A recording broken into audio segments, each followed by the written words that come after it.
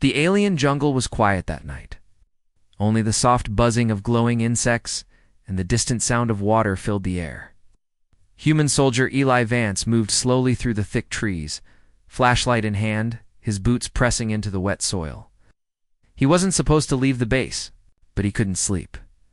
It had been 3 weeks since the temporary peace treaty between humans and the Genter Empire. Both sides agreed to stop fighting and use this small neutral planet, Trelva-9, as a resting zone. No battles. No weapons. No spying. Just silence. But Eli didn't trust silence anymore. He was tired. Tired of the war. Tired of losing friends. Tired of pretending to smile at commanders who never set foot on a battlefield. He came here. Into the jungle, just to breathe. As he reached a broken old outpost, ruined building left from some older alien. Civilization, he heard something. Soft cough. Eli froze. He raised his flashlight and slowly stepped forward. His hand touched the old rifle at his side, even though it was deactivated. The coughing came again. Behind a pile of rubble, he moved closer. Then he saw her. At first, he thought it was just an alien animal. But then he saw her face. Large violet eyes, skin a pale blue with faint glowing lines along her cheeks, and long silver-white hair that shimmered even in the darkness. She was injured. Her leg was bleeding, and she looked exhausted, like she hadn't slept in days. Eli stepped back. Genter, he whispered. The girl turned her head and hissed, showing sharp teeth. Stay away, human, she growled. Eli held up both hands. I'm not here to fight. I'm just walking. You saw me? You'll report me. Then I'll be dead. I'm not reporting anyone, Eli said softly. What happened to your leg? She didn't answer. Do you need help? He asked again. The alien girl's breathing slowed. Why would a human help me? Eli slowly reached into his backpack and pulled out a small med kit. Because I'm tired of war. And you're bleeding. She stared at the kit, suspicious. You could poison me. Could, he said, but I won't. He knelt down and placed the med kit on the ground, then stepped back. You can use it yourself. I won't touch you. The girl slowly crawled toward the kit. Her hand trembled as she opened it. She recognized the healing spray and applied it to her leg. Her eyes widened as the bleeding stopped quickly. You're lucky, Eli said. That spray is high grade. Only officers. Get it? Why give it to me? I told you. I'm tired. They sat in silence for a long time. Eli sat on a broken stone bench while she leaned against the wall. The jungle sounds surrounded them. What's your name? He asked. She didn't answer. He tried again. Eli Vance, Sergeant. She looked at him, eyes shining in the dark. You're not supposed to be here? Neither are you. She looked away. You have a name? He asked again, more gently. I have many names, none of them Ute. Like, Eli smiled faintly. All right. I'll just call you Trouble for now. She gave him a small glare, but didn't argue. Later, Eli pulled out a protein bar and tossed it toward her. She caught it. What is this? Chocolate? Human food? It's good. She sniffed it. Smells weird. Try it. Of doubt, she took a bite. Her eyes widened. It's sweet. You like it? I didn't say that, she said quickly, but she kept eating. They sat there, sharing the silence. The twin moons of Trelva-9 rose slowly into the sky, bathing the jungle in soft blue light. Eli looked up. Back home, the moon is lonely. Just one. Nothing like this. The alien girl followed his gaze. On my world, the sky is red. We don't see stars like this. Eli nodded. Funny. Two enemies, watching the same sky. I'm not your enemy, she said quietly. He looked at her. Neither am I. Time passed. The jungle was peaceful. Suddenly a sharp buzzing sound filled the air, a surveillance drone. Both of them froze. The drone flew over the treetops, scanning the ruins with red light. Eli quickly turned off his flashlight. The girl ducked behind the wall. The drone hovered, paused, moved on. They waited until it was gone. "You should leave," she said. "If your people find you here with me, they'll think you're a traitor. I don't care. You're a soldier. They'll jail you." "I said I don't care," he repeated. She looked at him strangely. "You're strange, Eli Vance." He laughed softly. "That's what my brother used to say. You have a brother," Hattie said, voice quiet. "He didn't make it." Silence again. "I had a sister," she said finally. She stayed. "Loyal to the throne," she said. "I was a disgrace for running." Eli looked at her in surprise. "Running? Were you a soldier too?" "I was more than that," she said, standing slowly. "But I won't tell you now. You've been kind, but that doesn't mean I can trust you yet. I understand." She turned to leave, limping slightly. "Will I see you again?" he asked. She paused. "If the jungle allows it." And then she disappeared into the trees. Back at base, Eli lied to his commander, said he was out on a late patrol. No one asked questions. Yet, that night, he lay in his bunk staring at the ceiling. Who was she? Why was she alone? And why did he feel something deep in his chest whenever she looked at him? He didn't know. But he knew one thing. He wanted to see her again. The next 3 nights, Eli Vance returned to the ruined outpost. He brought food, water, a new medkit. But the strange alien girl never showed up.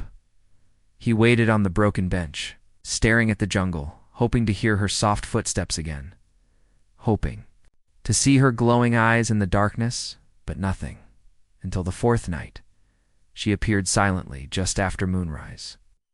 Her white hair shimmered under the twin moons. Her injured leg had almost healed, and she moved more confidently now. "You came back?" Eli said, standing. She looked at him with calm eyes. "I wasn't sure I should. I brought more of those chocolate bars." She walked forward and took the one he offered. "Still smells weird. But you ate it last time." She took a bite and didn't answer. They sat down near the crumbling wall. The jungle buzzed softly around them. A gentle breeze moved through the leaves. Eli looked. At her, "You still haven't told me your name."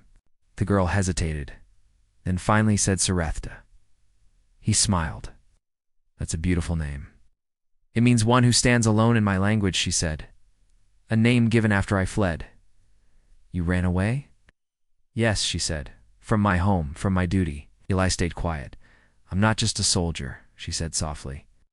"I was born into the royal family, a princess." Eli blinked. "Wait, you're a queen." She gave a short laugh. "I was supposed to be, but I refused." "Why?" "They wanted to marry me off to another noble house. It would have united the 2 strongest armies in our empire. The war against your kind would have continued forever." Eli stared at her in silence. "I didn't want to be a weapon," she said. "So I left. My people think I'm dead now." He spoke. Slowly. "So you chose peace." She looked at him. "I chose freedom." The 2 of them sat quietly.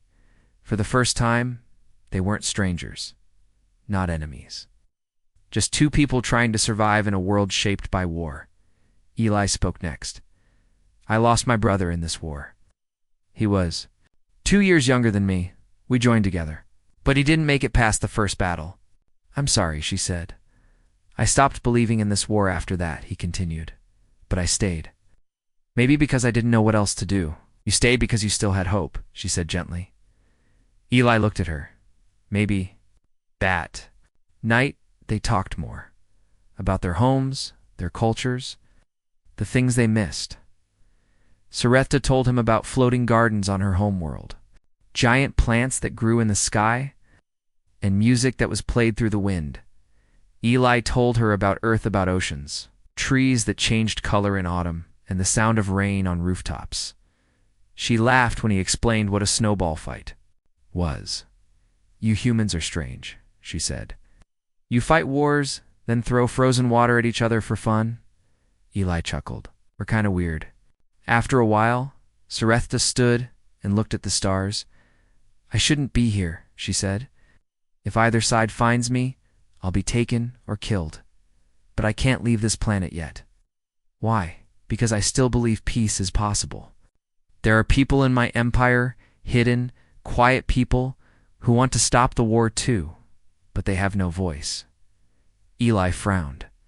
Same on our side. I know officers who only follow orders because they're scared to speak. She turned to him. If we could bring those people together, secretly, quietly, you mean build something new? Behind the scenes? She nodded. Eli thought for a moment. If they caught us, we'd both be punished. But if we don't try, she said, then the war will never end. He looked at her again, strong, determined, rebellious, not just a princess a fighter. For peace, he slowly nodded. Okay, I'll help. That night before leaving, Sarepta pulled something from her satchel. It was a small glowing crystal, attached to a silver chain. She handed it to Eli. He looked at it. What is this? My family crest, she said. I used to wear it on my armor. Why give it to me? To prove that I trust you. He looked at the glowing crystal. This could get me arrested, she said. Also marks you as someone under my protection. If the Genter ever find you with it, they may not shoot first. Eli laughed. That's comforting. She smiled. You're brave, Eli Vance. He looked into her glowing violet eyes. So are you. Then she disappeared into the trees again. Back at base, Eli kept the crystal hidden in his boot. He couldn't sleep. His mind was full of her words. Peace is possible. But we have to risk everything to reach it. He believed her. He believed in her, and that scared him. 2 days later, Sarepta returned with a small communication device. I found this in a crashed Genter scout ship, she explained. It still works. We can use it to send a hidden message encrypted from here to a peaceful council inside the Human Alliance. Eli frowned. Isn't that dangerous? It's very. But I've already prepared the message. Just need you to help me send it. He looked at the device. What does the message say? That a Genter royal is alive and willing to begin secret peace talks, with a human ally by her side. Eli took a deep breath. Okay, let's do it. They worked. Together for hours, Eli hacked the signal channel. Sarepta wrote and encoded the message. Then finally, they pressed send. The device lit up. Message sent. Awaiting response. Now they could only wait. The next few days were long. Sarepta didn't talk much. She walked the ruins, staring at the sky. Sometimes, Eli saw her holding a small metal box. It was shaped like a cube with strange runes. What's that? He asked. She closed it gently. A gift for you. Me, if this works, she said, and the human's reply. I may not be able to stay here. I'll have to leave and face my people. And if it doesn't work, she looked away, then I'll still leave. I can't hide forever. Eli felt something heavy in his chest. The thought of her leaving hurt more than he expected. You don't have to give me anything, he said quietly. You already gave me something. You made me believe again. Sarepta smiled, but her eyes looked sad. Still, I want you to have this.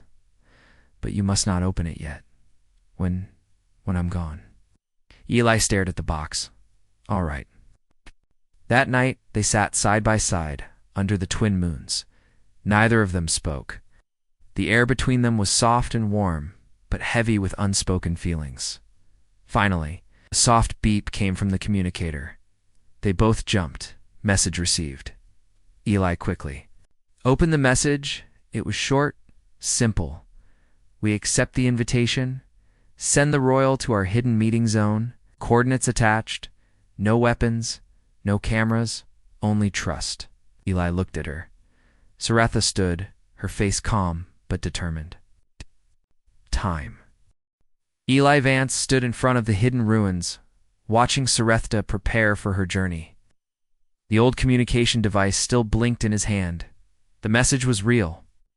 The humans had agreed to meet her. The peaceful council from Earth wanted to hear her voice, see her face. They wanted to know if peace with the Genter was truly possible. Sarepta looked different that morning, stronger, her eyes sharper. She wore armor again light, but royal decorated with silver lines and her family crest. But her face was calm, no fear, No doubt Eli, on the other hand, was nervous. "You don't have to do this alone," he said. She glanced at him.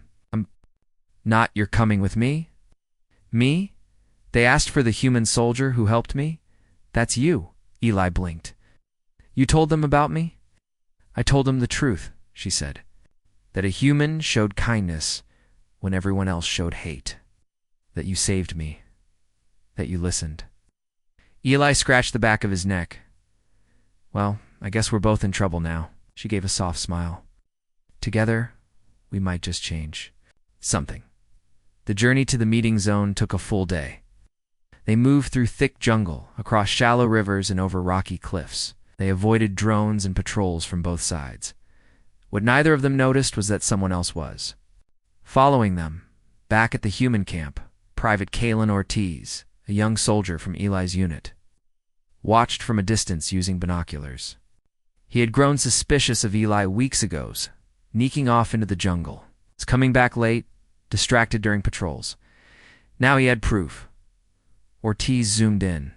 There was Eli, and with him, Gentor woman. His eyes went wide. "A traitor," he whispered.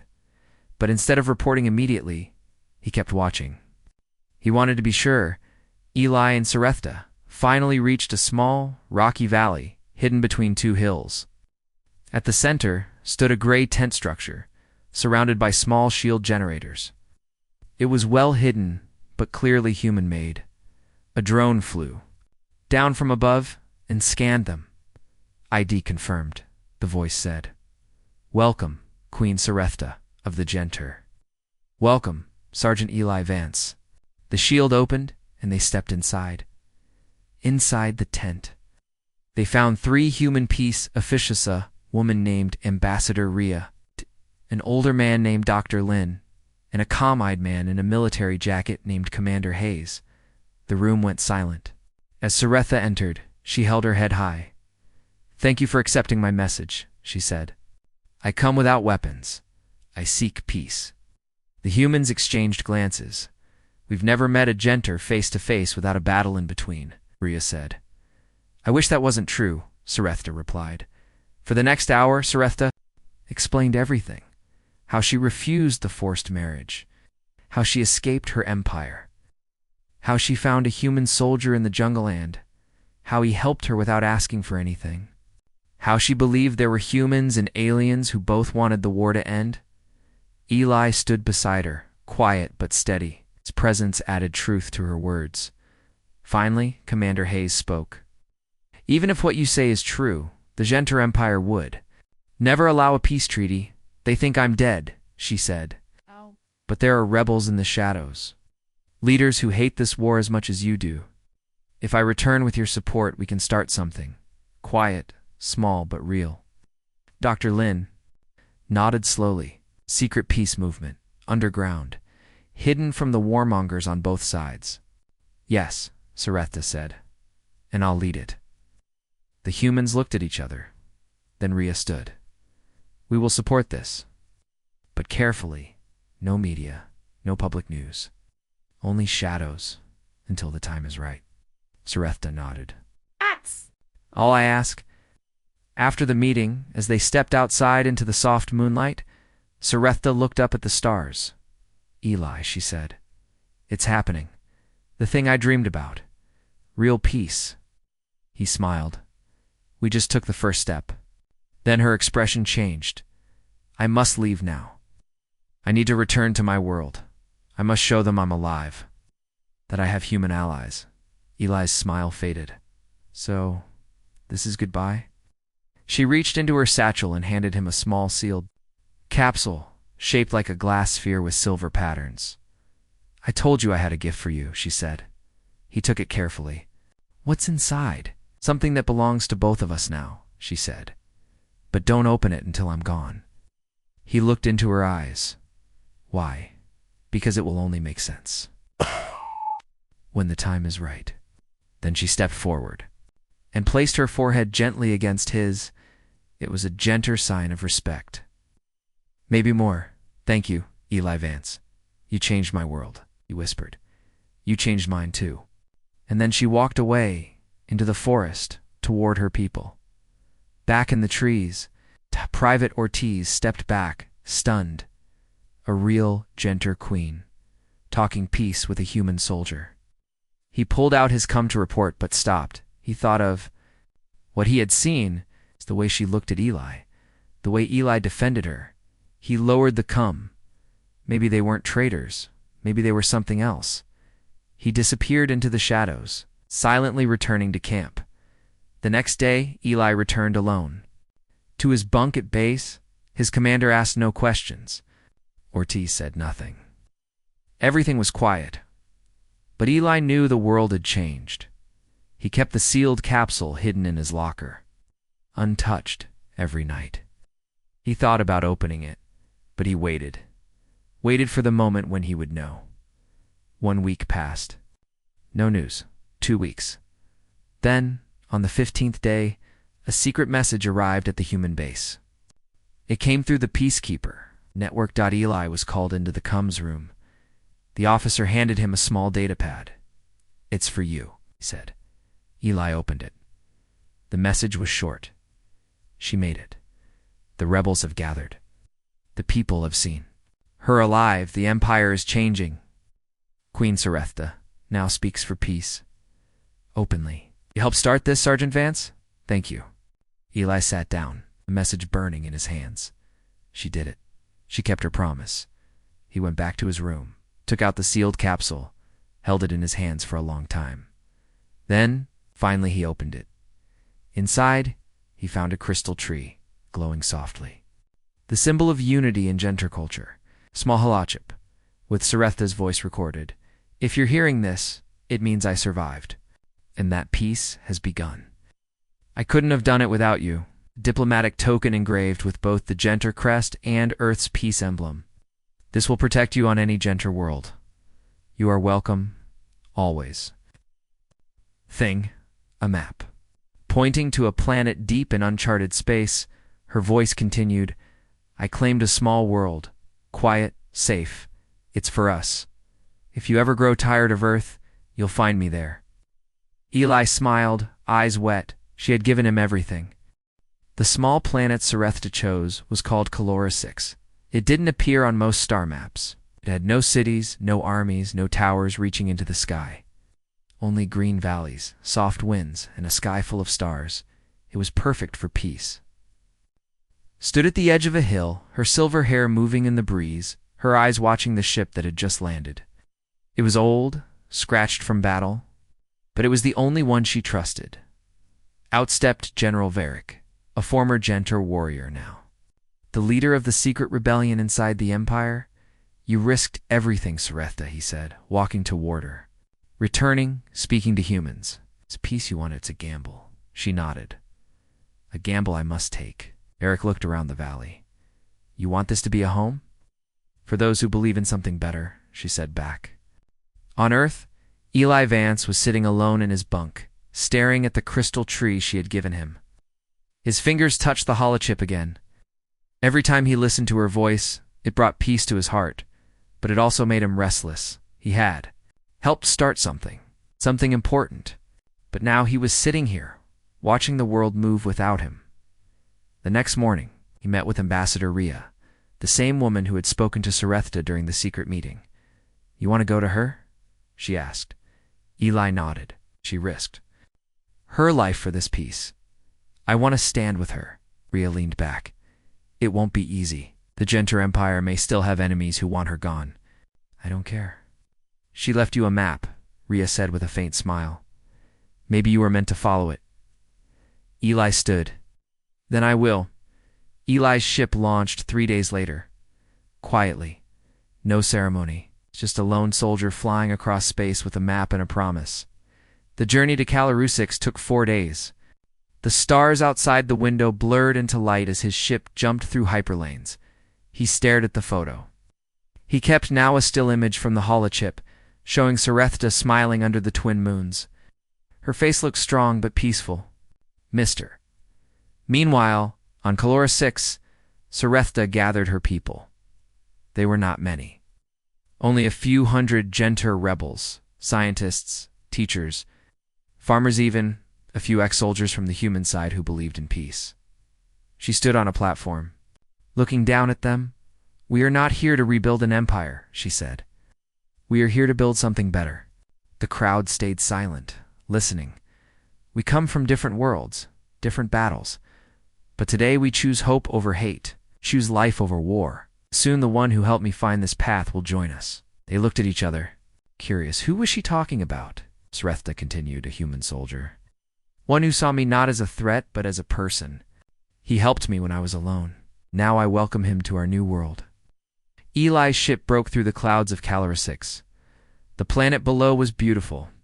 Blue rivers, green hills, white clouds moving slowly.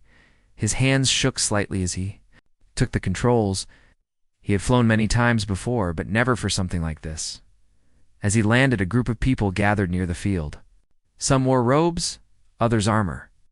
But all of them looked toward the ship, waiting. The door opened. Eli stepped out. And then, there she was. Srethta walked slowly through the crowd, dressed in a white cloak.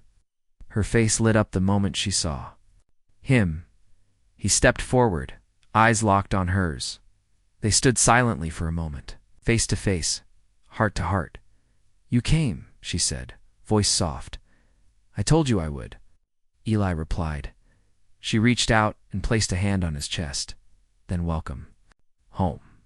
That night, the stars above Calora 6 seemed brighter. Eli sat beside Srethta on a hill. Looking at the small town her people were building below, lights glowed softly in the distance. Laughter echoed from the valley. "This place," Eli said, "feels like a dream." "It's real," she replied. "You're leading them." "I'm trying," she said. "But some still doubt me." "Why?" "Because I chose a human," she said quietly. "Some say I betrayed my blood. My duty." Eli looked at her. "What do you believe?" She turned to him. "I believe I found something rare. Someone who looked past the war and saw me. Not as an alien, but as a person." They sat silently for a moment. "I think I love you," she whispered. Eli's heart skipped. He smiled. "That's a good thing, 'cause I think I love you too." She laughed softly, resting her head on his shoulder. For the first time in years, they both felt safe, but far away in space.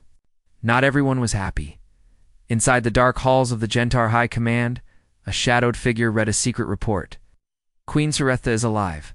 She is building a new settlement. She is working with humans." The figure crushed the report in his hand. She must be stopped. Back on Calora 6, Eli and Srethta spent their days building, planning, and leading. Together, they helped connect humans and Gentar who wanted peace. A human doctor opened a clinic beside a Gentar herbalist. Children from both species played games under the trees. Stories were told, songs were shared, trust began to grow. But Srethta knew peace was always fragile. One night, while walking with Eli, she said, "We must prepare. Someday, the ones who hate us will come. We'll face them," Eli said. "Not with guns," she added, "but with unity." Nodded. Side by side. One morning, a small craft entered Calora 6's atmosphere. Eli and Srethta were alerted immediately. "Unknown ship," the guard said. "No weapons, but fast and cloaked." Srethta stepped forward. "Open the landing field. Let them in." Eli looked at her. "Are you sure?" She nodded. "Let's see what they want."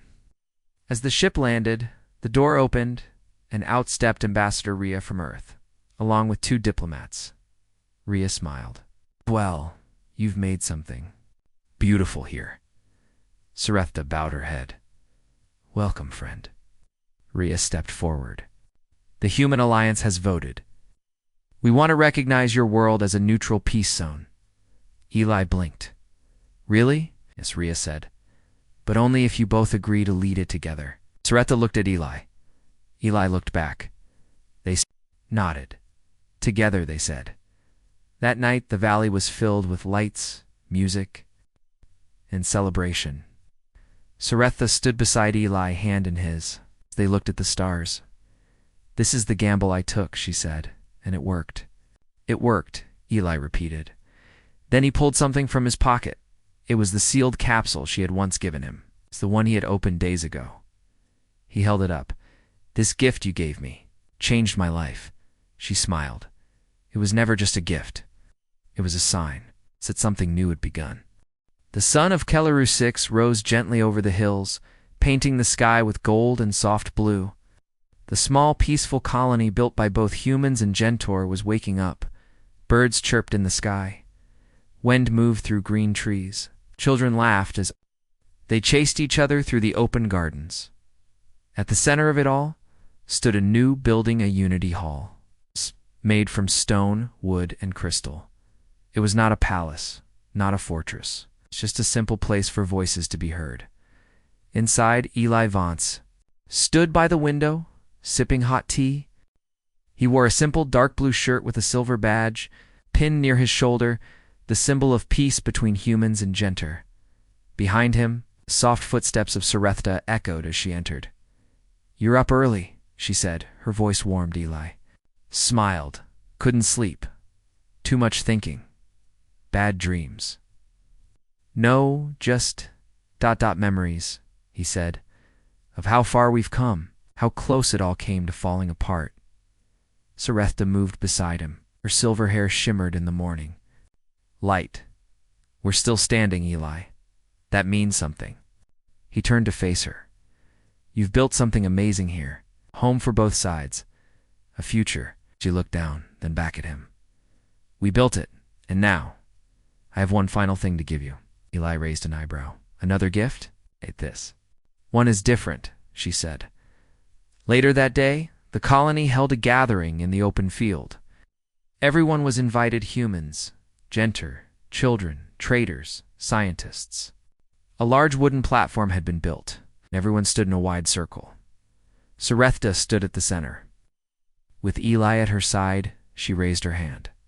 "Thank you all for coming," she began. "When I arrived here, I had nothing.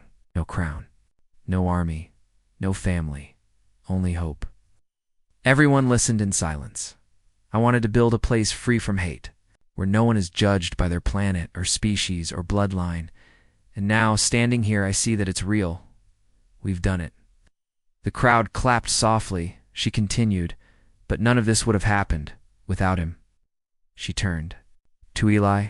"This human soldier gave me something no weapon ever could. Kindness." Eli looked away, embarrassed, but smiling. Sarethta reached into her robe and pulled out a small silver box. "I've been keeping this for a long time," she said, "waiting for the right day. And that day is today." She opened the box. Inside was a smooth, glowing crystal ring, shaped from a rare mineral found only in her homeworld. Its light pulsed gently like a heartbeat. Gasps rose from the crowd. Eli looked confused. What is this?" Sarethta stepped closer. "In Gentor culture, we don't give rings for marriage. We give them for eternal union, for those who have changed us forever." Eli's eyes widened. "You don't have to wear it," she said softly.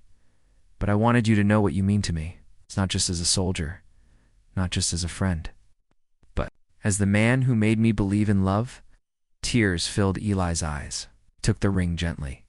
I've never been speechless before," he whispered. "You don't need words," she said. "Just truth." Eli looked at her, then slowly slid the ring onto his finger. "Then here's the truth," he said. "You're my light in the dark, my peace in the noise, my reason to hope." The crowd clapped, louder this time. Flowers were tossed into the air. Music began to play from handmade instruments that day. A human soldier and an alien queen stood hand in hand, united not by war, but by love. But peace is never without challenge. That evening, just as the celebrations were ending, a message drone landed at the edge of the colony. It carried a single recording. Sarethta and Eli gathered the council. Leaders to watch. The screen lit up with the face of a high-ranking Gentor warlord, Tarvon, a known enemy of peace. "So it's true," the message began. "The runaway queen lives. She plays house with a human pet." Gasps filled the room, but Sarethta stayed calm. I will give you one chance, the warlord continued. Return to your empire. Submit, or Calora 6 will burn. No more warnings. The screen went dark. Silence fell. Eli stood, and we knew this might happen. Sarepta nodded. Yes, and we planned for it. She turned to the others. Send a reply. Short and clear. What should we say? Of the guards asked. Sarepta looked at Eli, then said firmly, Tell him this, we do not kneel. Arise. Over the next few days, the colony began quiet preparations, not for war, but for protection. Hidden shield generators were activated. Communications were secured. Allies from nearby neutral systems were contacted, but no weapons were built. It was Sarepta's rule. If we prepare for war, she said, then we're already losing. Instead, she sent out messages to other peaceful factions, human colonies, independent alien tribes, and even former pirates who now wanted calm. She told them, come to Calora. See what we've built. Stand with us. And they came. A week later, when Lord Tarvin's warship appeared in orbit. He didn't find a helpless village. He found a united people. A line of peaceful ships stood between the warlord's fleet and Calora-6. Inside each ship were different flags, different voices, but one message. Peace lives here, and it will not die. TAH are single quotes Vion did not fire. That was the last time his shadow passed over Calora-6. Years passed, the small colony grew into a peaceful city. Sarepta became known across the stars as the Queen of Calm Worlds. Eli Vance became her advisor, her partner, and her heart.